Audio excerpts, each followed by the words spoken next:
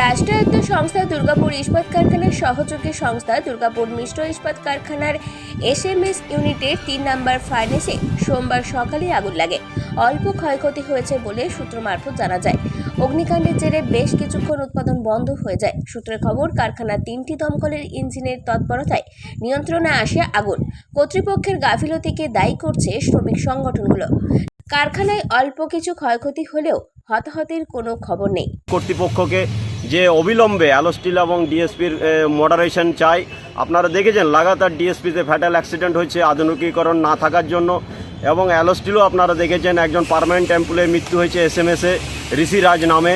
এবং আজকে যেটা এসএমএসের ৩ নম্বর ফার্নেস সেটা বাস্ট করে পুরো অগ্নিভূত হয়ে যায় এবং পুরো ধোঁয়াচ্ছন্ন হয়ে যায় পুরো প্ল্যান্ট।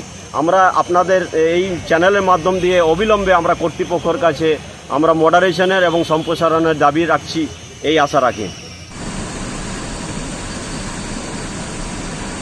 দুর্গাপুর থেকে কৌশিক বাসুর রিপোর্ট, 99 নিউজ বাংলা।